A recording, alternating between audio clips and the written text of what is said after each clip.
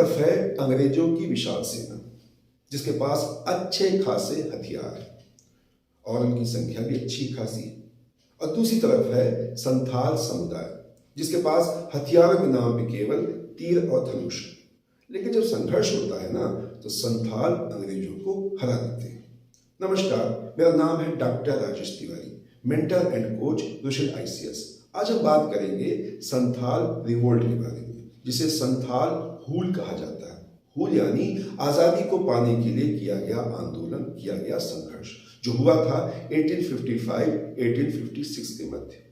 दरअसल 1793 में बंगाल प्रेसिडेंसी में स्थायी बंदोबस्त लागू किया गया, यानी परमानेंट सेटलमेंट, भू राजस्व वसूलने की नई व्यवस्था थी।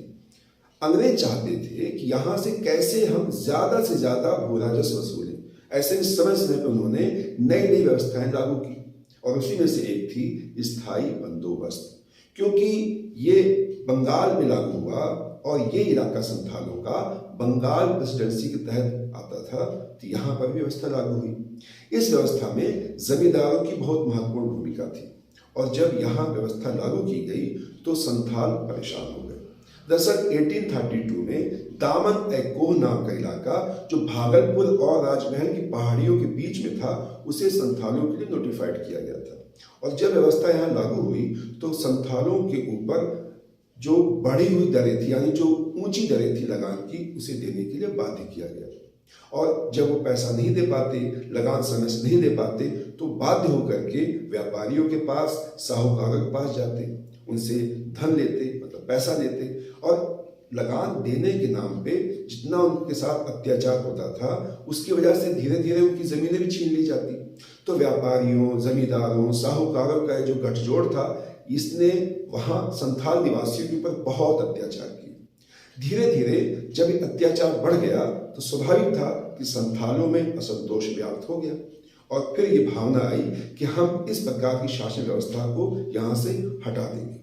और ऐसे में यहाँ शुरू हुआ संथाल रिवोल्ट, संथाल विद्रोह। और इसमें 4 मुर्मू भाइयों की भूमिका महत्वपूर्ण थी। ये 4 भाई थे, सीधू, कान्हू, चांद और भैरव। और इस संघर्ष में 2 बहनें भी थी, 2 मुर्मू बहनें थी। एक का नाम था फूलो, एक का नाम था झानो। लेकिन ज्यादा महत्वपूर्ण भूमिका थी सीधू और कान्हू की। इन्होंने लगभग 60,000 संथालों को इकट्ठा किया और इस बात का आह्वान किया गया कि हम यहाँ से विदेशी शासन को हटा देंगे। फिर क्या था, जो सरकारी संपत्तियां थी, जो पोस्ट ऑफिस, रेलवे स्टेशन, ऐसी तमाम चीज़ों को नुकसान पहुंचाया गया। बड़े पैमाने पे हिंसा हुई और निशाने पे आए व्यापारी और साहूकार। जब इस घटना की जानकारी अंग्रेजों तक पहुंची तो उन्हें बड़ा आश्चर्य हुआ, क्योंकि उन्हें इस बात की अपेक्षा नहीं थी कि संथाल इस तरह से रिएक्ट करेंगे, उनकी प्रतिक्रिया ऐसी होगी।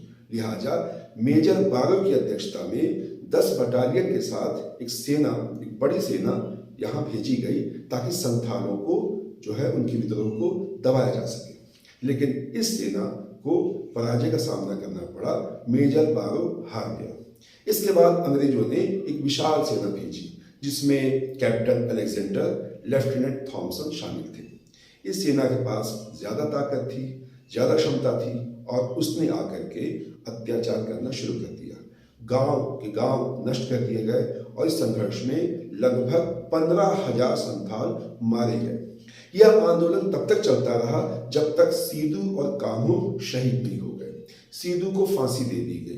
एक जगह थी पंचकठिया, वहां पे सीधू फांसी दे दी गई और अगले ही वर्ष फांसी मिल गई कान्हू को। कान्हू अपने ही गांव में भगनीडीह में उनको फांसी पे चढ़ा दिया गया। जब दोनों भाई समाप्त हो गए तो धीरे धीरे यह आंदोलन भी शांत हो गया। तो ऐसे में 1876 में यहाँ पर एक अधिनियम लाया गया जिसका नाम था संथाल परगना टेनेंसी एक्ट। इसका उद्देश्य था कि यहाँ के निवासियों थोड़ा राहत दी जाए। संथाल विद्रोह दबा दिया गया। इसका महत्व क्या है?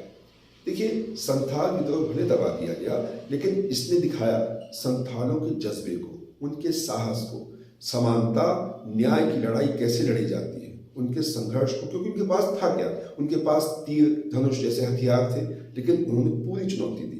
और इसलिए भारत के इतिहास में इस विद्रोह का बहुत महत्व है। तो यह है संथाल विद्रोह की सामान्य जानकारी।